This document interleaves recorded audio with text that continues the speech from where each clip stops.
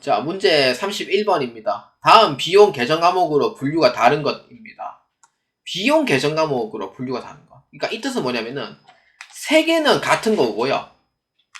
한 개는 다른 거예요. 이렇게 보시면 돼요. 자, 그러면은 매출 원가는 뭐예요? 그냥 영업 비용이죠.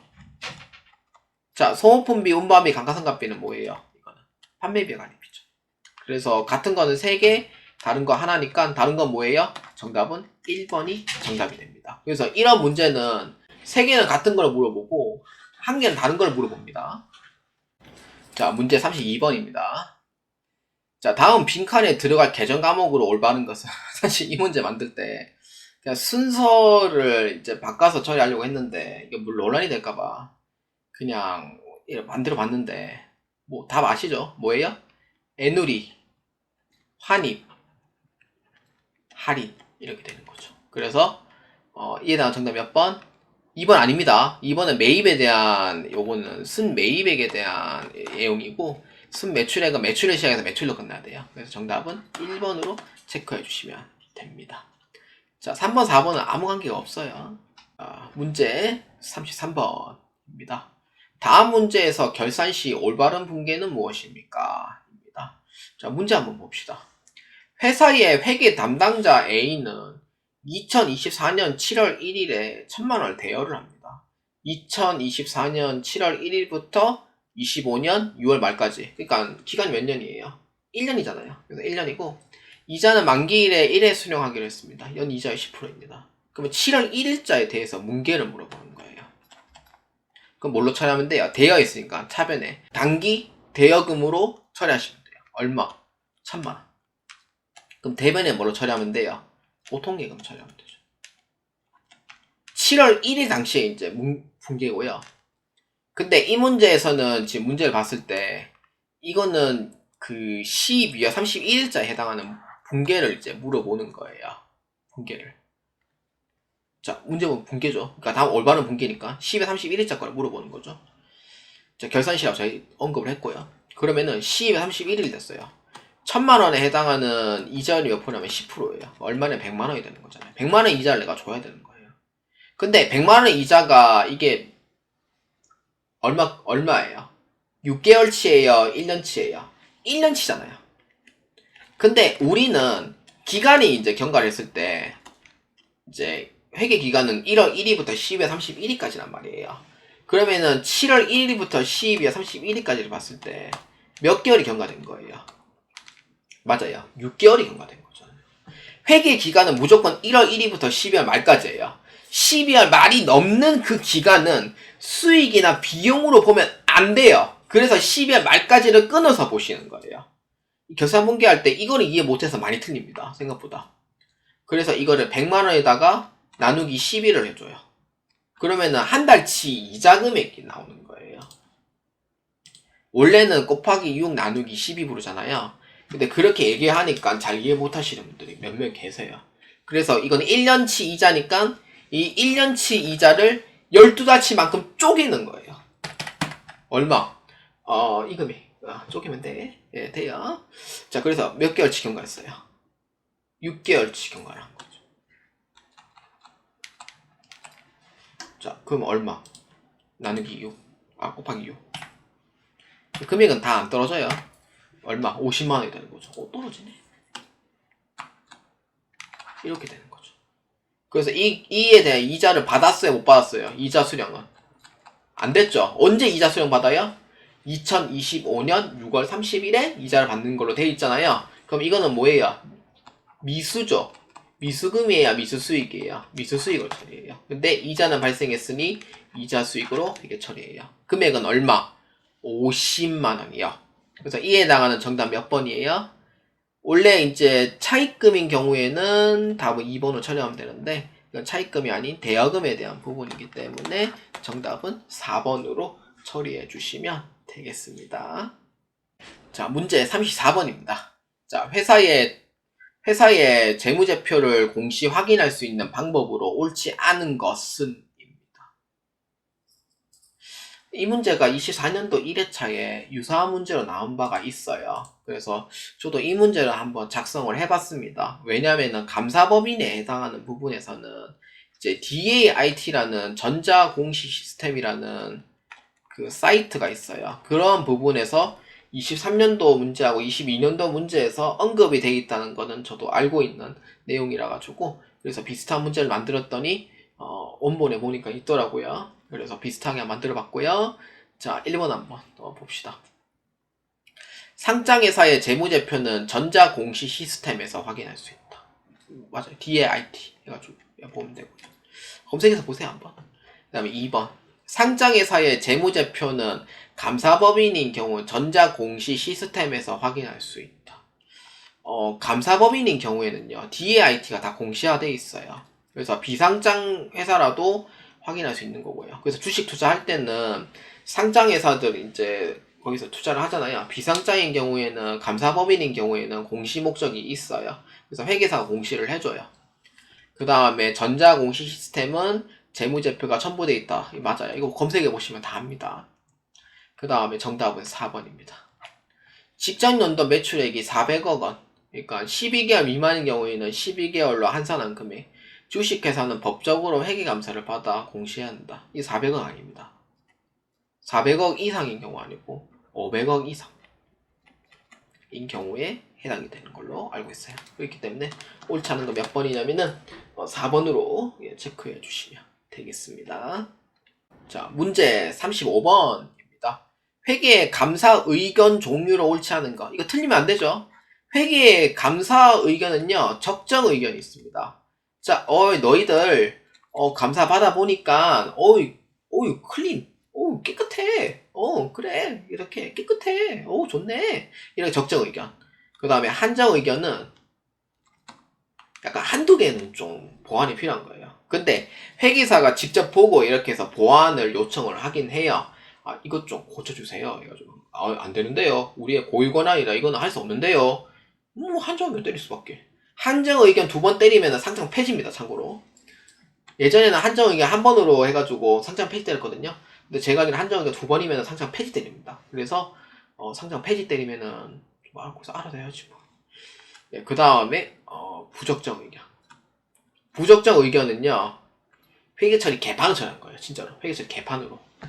분식 의료도 사실 있습니다. 사실 부적정 의견은 분식 의료가 있긴 한데 사실상 분식 같은 경우에는 부적정 의견은 전혀 받을 수가 없습니다. 왜냐, 장부를 이쁘게 만들어야 하기 때문에 분식을 하더라도 적정 의견 내는 정도로 하거든요. 그래서 부적정 의견 같은 경우에는 진짜 말 안 들었대. 진짜 니 같은 새끼들이 진짜 뭐 이러면서 회계하는 사람 창피해 죽겠다 뭐 이런 느낌으로 주는 경우가 이제 부적정 의견. 말 전혀 안 들어요. 야, 알아서 해라 이런 뜻. 근데 회계하는 사람들 알아서 해라 이러면 이거는 회계한 자격 사람이 없는 거죠. 그 다음에 의견 거절이 있습니다. 의견 거절은요, 회사가 의견 거절 때리는 게 아니고요, 회계사가 의견 거절 때립니다. 이 회사 너무 위험하다. 나 못 사겠다. 나보다 넌 하는 거야. 런. 그러니까 도망가는 거죠. 그러니까 그렇기 때문에 이 4가지의 의견이 있고요. 그래서 적정 의견, 의견 거절, 부적정 의견인데 비한정 의견이라는 얘기는 없습니다. 한정 의견이 답이 되지 비한정 의견이라는 얘기는 없어요. 그래서 정답은 2번으로 체크해 주시면 되겠습니다. 문제 26번. 다시. 자, 문제 36번입니다. 주식회사 JB의 2024년도 재무자료를 이용하여 2024년도에 부채 비율을 계산하면 얼마인가? 입니다. 단 소수점 첫째 자리에서 반올림합니다. 이 부채 비율에 대한 언급이 좀 많이 많은데, 부채 비율은요, 부채 총계에서 자기 자본 총계만큼 나눠주시면 돼요. 그래서 이 얘기에 대해서 블로그랑 아니면 이제 관련 지식 백과를 제가 책이랑 몇 번 뒤졌거든요. 그래서 이렇게 계산을 해주시면 되는 거고요. 만약에 유동 비율을 찾는다고 하면은 유동자산에서 유동부채에서 유동자산만큼 나눠주시면 돼요. 이거는 유동 비율이고, 부채 비율은 내가 갖고 있는 이 자기 자본에서 부채만큼 얼마만큼 상환할 수 있냐, 그 능력을 이제 보는 거예요. 그렇기 때문에 부채 총계를 이제 해서 보는 거죠. 사실 이 위에 거는 아무 관계가 없다 이렇게 보시면 되고, 부채 총계 얼마냐면은 1000만원. 그러면 자본 총계는 얼마예요? 다 포함이죠, 무조건. 주식 발행 총합금 이익잉여금 합쳐서 1800만원. 이렇게 되는 거죠. 그래서 이 금액만큼 나누어 주시면 돼요. 그래서 이게 얼마냐? 라고 계산을 했을 때 답이 나올 거예요.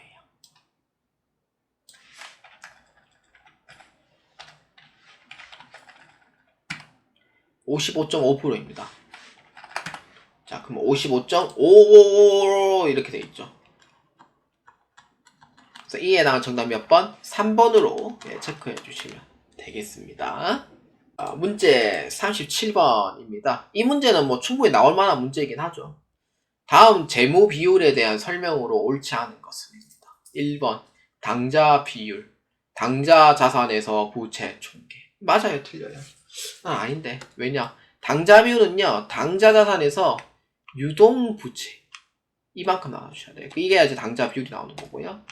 그 다음에 2번 매출액 영업이익률. 영업이익에서 순매출만큼 나눠주시면 돼요. 그 다음에 3번 총자산 이익률. ROA라고 부르죠. 단기순이익에서 총자산 맞고요. 재고자산 회전율은 순매출액에서 재고자산만큼 나눠주시면 됩니다. 그래서 이에 해당하는 정답 몇 번? 1번으로 체크해 주시면 되겠습니다. 올바르지 않는 걸 찾는 거예요. 자, 문제 38번입니다. 다음 유동비율을 계산하면 얼마인가? 아까 유동비율 얘기 나왔죠? 유동비율은 유동자산에서 유동부채만큼 나눠주시면 돼요. 근데 이때 유동자산은 재고자산도 포함해서 이제 되는 게 유동자산입니다.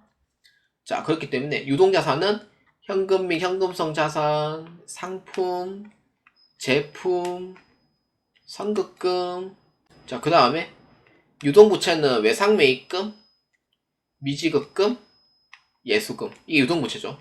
단기차입금 유동부채고요. 여기까지가 이제 유동부채에 해당이 되는 거죠. 자, 이렇게 해서 보아주시면 돼요. 그래서 이 금액의 총계를 한번 계산해 보도록 합시다. 자, 그러면 이게 얼마냐면은 900만원에 600만원, 1500만원이 되고요.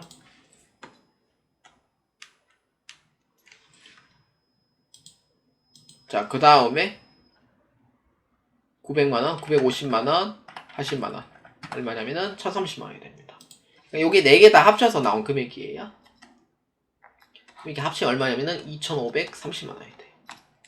합치면은 그렇게 되고, 산식 계산하면은 이렇게 되는 거예요. 1500만원에서 1030만원만큼 나눠주면 되는 거죠. 그래서 이게 비율이 아마 100이 넘을 겁니다, 분명히. 딱 봐도 아마 145% 정도 나올 것 같은데. 맞네. 1.45. 145.63%입니다. 이렇게 돼요.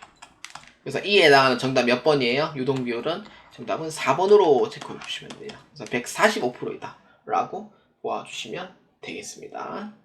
자, 문제 39번입니다. 주당 순이익을 계산하면 얼마인가? 자, EPS에 대한 문제고요. 40번까지 연결되어 있습니다. 많죠? 이게 모의고사지. 실제 문제는 진짜 간단하게 나오기 때문에 여러분들 꼭 아실 필요는 있어요. EPS 산식을 먼저 알아두실 필요는 있어요. 다른 건 뭐 다 이제 필요가 없는 사항이 될 거예요. 그래서 EPS 산식은 단기 순이익에서 가중, 평균, 유통, 보통, 주식수만큼 알아주시면 돼요. 물론 우선주는 빼고 작성을 하지만 우선주 자본금은 이 문제에서는 그냥 패스 해주시면 돼요. 그래서 어떤 걸 볼 거냐? 이 많은 것 중에 뭐만 보면 돼요? 그렇죠. 단기 순이익만 보면 되죠. 이거는 아무 의미가 없어요. 계산해봤자 이 문제 계산해봤자 이거 금이 안 맞아요.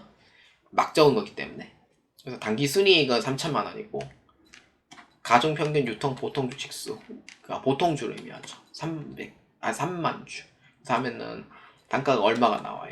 1000원이 나오게 되는 거예요. 그래서 이에 해당한 정답 몇 번? 2번으로 체크해 주시면 되겠습니다. 자, 마지막 문제가 되겠습니다. 다음, 주당 순이익에 대한 산식으로 올바른 것은 무엇인가? 입니다. 39번 문제 했던 거죠. 뭐예요? 가중, 평균, 유통, 보통, 주식수를 의미를 한다 라고 봐주시면 돼요. 39번 문제를 맞추면은 40번 문제도 이제 덤으로 맞추는 거죠. 그래서 이에 해당하는 정답 4번으로 보아주시면 되겠습니다. 자, 여러분, 문제 풀이 및 해설이 모두 다 끝났습니다. 모의고사 1회차고요. 시험 칠 때마다 이제 이렇게 문제를 참고로 해서 모의고사 문제를 만들 거예요. 그러니까 연구를 해서 계속 올릴 거고요.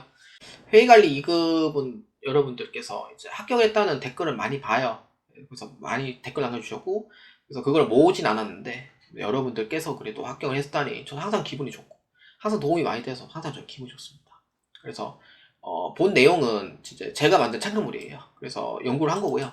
다운로드는 허용합니다. 예, 다운로드 필요하시면은 하면 되고. 근데 영상 풀이는 올리지 마세요, 제발. 예, 그것만 좀 부탁드릴게요. 뭐 저작권이 있거나 그런 거는 안 합니다. 근데 영상 풀이는 올리지 마세요. 왜냐?